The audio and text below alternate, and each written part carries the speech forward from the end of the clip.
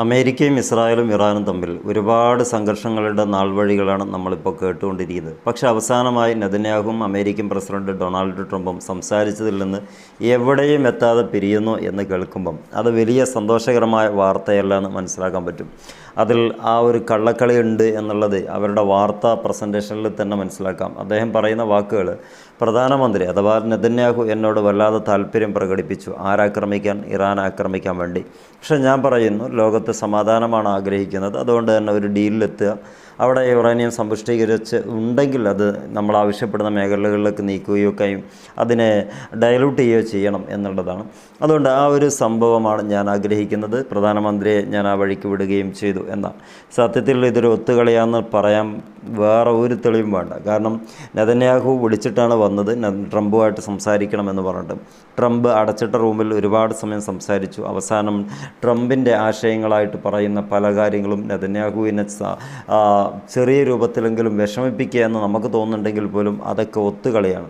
കാരണം നേരത്തെ ഇതേപോലെയാണ് 2025 ഉണ്ടായത്. അമേരിക്കയുടെ ട്രംപും നെതന്യാഹുവും, ഇസ്രായേലിൻ്റെ നെതന്യാഹുവും വലിയ രൂപത്തിൽ അകൽച്ച ഉണ്ടായി എന്ന് പറയുന്ന സമയത്താണ് അവിടെ അക്രമങ്ങൾ അയച്ചുവിട്ടത്. ഇതിൽ നിന്ന് പ്രത്യേകം എടുത്തു പറയേണ്ടത്, നെതന്യാഹു എന്താണോ കാണുന്നത് അത് തന്നെയാണ് ട്രംപും. ട്രംപിന് പക്ഷേ പ്രത്യക്ഷത്തിൽ ഇറങ്ങിക്കളിക്കാനുള്ളൊരു മടിയുണ്ടെന്നത് മാത്രം. അമേരിക്കയുടെ ഏറ്റവും പ്രധാനപ്പെട്ട ഒരു അജണ്ട തന്നെ ആയുധങ്ങൾ വിൽപ്പന നടത്തുക, അതോടൊപ്പം യുദ്ധങ്ങൾ ഉണ്ടാക്കുക, എപ്പോഴും അമേരിക്കൻ പ്രസിഡൻറ്റിൻ്റെ പേര് ലോകത്തെമ്പാടും ചർച്ച ചെയ്യപ്പെടുക, ഹോട്ട് ടോപ്പിക്കായിട്ട് വരിക എന്നുള്ളതാണ്. പക്ഷേ ഈ കള്ളക്കളികൾ അല്ലെങ്കിൽ ചതിപ്രയോഗങ്ങൾ ലോകം തിരിച്ചറിയുകയും അമേരിക്കയുടെ ഒരു തുരുപ്പ് ചൂട്ടുകളും ഞങ്ങൾ അംഗീകരിക്കില്ല എന്ന് വ്യക്തമായി പറയുകയും ചെയ്യുന്ന ഒരു ഇറാൻ ഭരണകൂടത്തെയാണ് നമ്മൾ കാണുന്നത്. യഥാർത്ഥത്തിൽ ഇറാൻ ഭരണകൂടമാണ് ഇന്ന് ലോക പോലീസ് എന്ന് വേണമെങ്കിൽ പറയാൻ പറ്റും. കാരണം ലോക പോലീസ് എന്നുള്ള കടലാസിലായ രൂപത്തിലാണ് അമേരിക്കയുടെ ഓരോ പെർഫോമൻസും. അമേരിക്ക ആദ്യം പറഞ്ഞു ബ്രിട്ടീഷ് അല്ലെങ്കിൽ തുർക്കിയിലാണ് ഞങ്ങൾ ചർച്ച വെച്ചിരിക്കുന്നത്. ഇറാൻ പറഞ്ഞു നിങ്ങൾ ചർച്ച ചെയ്തോളൂ, ഞങ്ങൾ വരില്ല. അങ്ങനെയാണെങ്കിൽ ഞങ്ങൾ വരണോ, ഒമാനിൽ വെച്ചോ മസ്കത്തിലാകാം, എന്നാൽ അങ്ങനെ വെക്കാം എന്ന് കരുതി അങ്ങനെ വെച്ചു. അവിടെ വരികയും ചർച്ചയും ചെയ്തു. ആദ്യമായി പറഞ്ഞു ഇസ്രായേലിൻ്റെ ഏറ്റവും പ്രധാനപ്പെട്ട ഒരു വെല്ലുവിളിയായിട്ട് വരുന്നത് നിങ്ങളുടെ മിസൈലാണ്, അത് നിങ്ങൾ ഒഴിവാക്കണം. പക്ഷേ മിസൈൽ ഒഴിവാക്കിയിട്ട് ഒരു പരിപാടിയില്ല.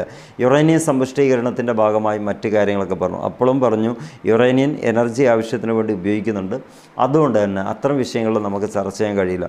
ഇനി ഞങ്ങൾ ഇടപെട്ടുകൊണ്ട് ഞങ്ങളുടെ ഈ തീരുമാനം നിങ്ങൾ അത്ര കണ്ട് വാശിയുടെ പുറത്താണെന്ന് കരുതണ്ട. നിങ്ങൾക്ക് 40 കൊല്ലത്തോളം ഞങ്ങൾക്ക് മേൽ അടിച്ചേൽപ്പിച്ചിട്ടുള്ള ഉപരോധങ്ങൾ നിങ്ങൾ ഓരോന്നും നീക്കിത്തരികയാണെങ്കിൽ ഞങ്ങൾ ആ ഉപരോധങ്ങളൊക്കെ നീക്കി എന്നതിൻ്റെ അടിസ്ഥാനത്തിൽ കൃത്യമായ ഒരു നിങ്ങൾ പറയുന്നിടത്ത് എത്തിയില്ലെങ്കിൽ പോലും ആ സമവായത്തിലൂടെ ഈ പ്രശ്നങ്ങളൊക്കെ പരിഹരിക്കാൻ പറ്റുമെന്ന താൻ ചങ്കൂറ്റത്തോടെ പറയുകയും ചെയ്തു.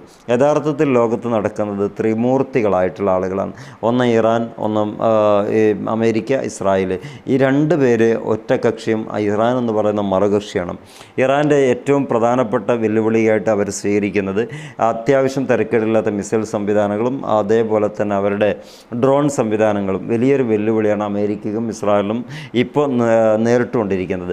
അതിനെ ഒന്ന് ചുരുക്കിക്കളയണം. അതോടൊപ്പം തന്നെ അവിടുത്തെ യുറേനിയം സമ്പുഷ്ടീകരിച്ച് വെച്ചതുണ്ടെങ്കിൽ അത് ഡയലൂട്ട് ചെയ്യുക, അല്ലെങ്കിൽ മറ്റുള്ളവർക്ക് എത്തിച്ചു കൊടുത്ത് അവിടെ തന്നെ അവരുടേതായിട്ട് അവരുടെ അസറ്റായിട്ട് റഷ്യയിലോ അല്ലെങ്കിൽ തുർക്കിയിലോ വെക്കണമെന്നൊക്കെയാണ് പറയുന്നത്. അതൊന്നും ഇറാൻ ഒരിക്കലും അംഗീകരിക്കില്ല, അംഗീകരിക്കാനായിട്ട് പോകുന്നില്ല.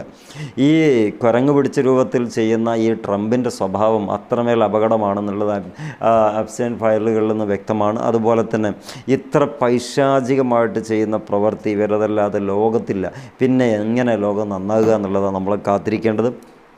ഈ മനസ്സ്, ഈ ഒരു രൂപം എത്രത്തോളം വിജയകരമായി ചെയ്യാൻ പറ്റുമെന്നുള്ളത് ഇപ്പോഴും ആലോചിച്ചുകൊണ്ടിരിക്കുകയാണ്.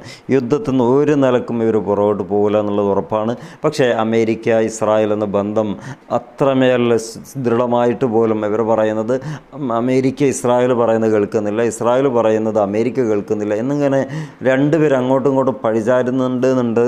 ആ കാര്യത്തിൽ വലിയ രൂപത്തിൽ മുന്നോട്ട് പോവുകയും ചെയ്യുന്നുണ്ട്. പക്ഷേ ഒരു കാര്യത്തിലും ഇവർ അന്തർധാര സജീവമായതുകൊണ്ട് തന്നെ എതിരല്ലതാനും. അപ്പോൾ ഈ വാർത്തകളൊക്കെ കേൾക്കുമ്പോൾ നമ്മൾ മനസ്സിലാക്കേണ്ടത് ഒരിക്കലും ഇവർ ആ രണ്ട് പേരല്ല, ഒന്നാണ്. ഇവരുടെ ലക്ഷ്യവും ഒന്നാണ്, ഇറാനെ തകർക്കുക എന്നതിലപ്പുറം മറ്റൊന്നുമില്ല. കാത്തിരിക്കാം മറ്റൊരു വീഡിയോ ആയിട്ട്.